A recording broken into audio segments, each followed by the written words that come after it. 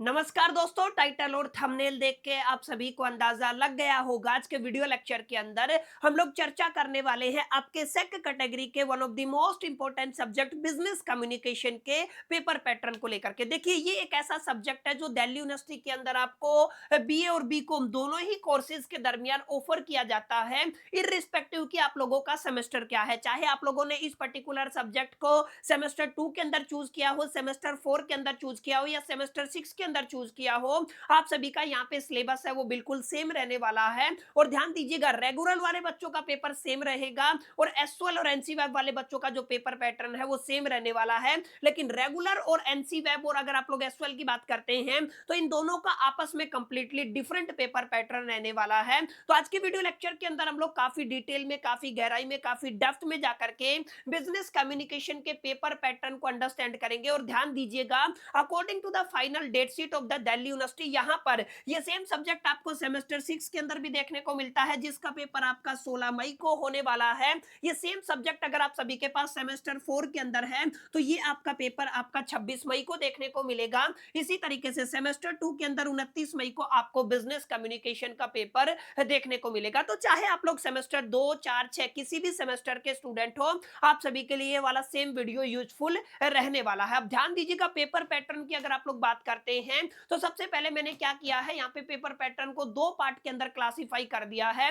पहला पार्ट आपके तमाम रेगुलर वाले स्टूडेंट्स का रहेगा। सर रेगुलर के अंदर आपका कौन कौन सा आ जाता है? सर आपका सेमेस्टर 1, सॉरी आपका सेमेस्टर 2 भी आ जाता है, सेमेस्टर 4 भी आ जाता है और आपका सेमेस्टर 6 भी आ जाता है। यानी कि सेमेस्टर 6 के अंदर अगर आप लोग रेगुलर के स्टूडेंट है, चाहे आप लोग बीए रेगुलर के स्टूडेंट हो, चाहे आप लोग बीकॉम रेगुलर के स्टूडेंट हो, अब यहाँ पे प्रोग्राम और ओनर्स वाले भी आ जाते हैं। अगर आप लोग रेगुलर के स्टूडेंट है तो कुछ इस तरीके का पेपर पैटर्न आप सभी को आपके फाइनल एग्जामिनेशन के अंदर देखने को मिलेगा। अब ध्यान दीजिएगा, अगर आप लोग रेगुलर की बात करते हैं तो आपका फाइनल जो पेपर है वो 30 नंबर का होने वाला है और अमूमन हर एक 30 नंबर के ऊपर दिल्ली यूनिवर्सिटी के द्वारा आप सभी को 1 घंटे का वक्त, समय और टाइम दिया जाता है। यानी कि रेगुलर के केस में टोटल वेटेज कितना रहेगा पेपर का? सर 30 मार्क्स रहेगा। समय कितना मिलेगा आपको? 3 घंटे मिलेगा और आपको टोटल 5 क्वेश्चन देखने को मिलेंगे और पांचों क्वेश्चन इक्वल मार्क्स कैरी करने वाले हैं। यानी कि आप लोग कह सकते हैं सर यहाँ पर टोटल आपके कितने मार्क्स का पेपर रहेगा? 30 मार्क्स का रहेगा। कितना टाइम मिलेगा?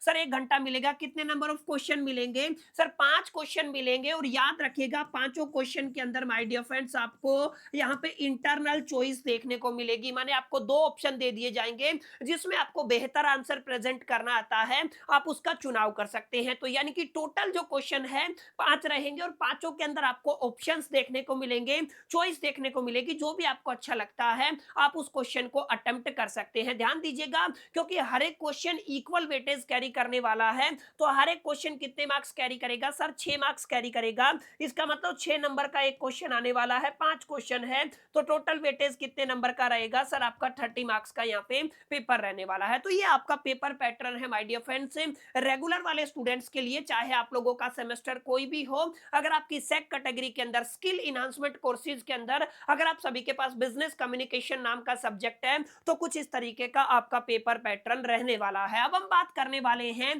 तमाम एसओएल और एनसी वेब वाले बच्चों की। देखिए, आप हो सकता है सेमेस्टर 2 के स्टूडेंट हो, एसओएल के अंदर हो सकता है 4 के स्टूडेंट हो और हो सकता है आप लोग 6 के स्टूडेंट हो। इस चीज से भी कोई फर्क नहीं पड़ने वाला कि आप लोग प्रोग्राम के स्टूडेंट है या ओनर्स के स्टूडेंट है। बस शर्त यह है आप एसओएल के हैं या तो एनसी वेब के हैं। तो बिजनेस कम्युनिकेशन के केस में आपका जो पेपर है वो 60 नंबर का रहने वाला है। और मैंने बताया था दिल्ली यूनिवर्सिटी के अंदर गाइडलाइन के अकॉर्डिंग हर एक 30 नंबर के ऊपर आपको 1 घंटा दिया जाता है। तो 60 नंबर के पेपर के अंदर आपको कितना वक्त, समय और टाइम देखने को मिलेगा? सर यहाँ पे 2 घंटे का समय आपको देखने को मिलेगा। और यहाँ पर भी अगेन आपको कितने नंबर ऑफ क्वेश्चंस देखने को मिलेंगे? सर 5 क्वेश्चंस देखने को मिलेंगे। और यहाँ पर भी माय डियर फ्रेंड्स आपको इंटरनल चॉइस देखने को मिलेगी। माने हर एक क्वेश्चन के अंदर आपको क्या देखने को मिलेगी? चॉइस देखने को मिलेगी। आप लोग चुनाव कर सकते हैं उस क्वेश्चन का जिसका बेहतर आंसर आपको प्रेजेंट करना आता है। और ध्यान दीजिएगा, यहाँ पर क्योंकि हर एक क्वेश्चन इक्वल वेटेज कैरी करता है तो हर एक क्वेश्चन 12 नंबर का रहेगा। 5 क्वेश्चन आपको अटेम्प्ट करने हैं,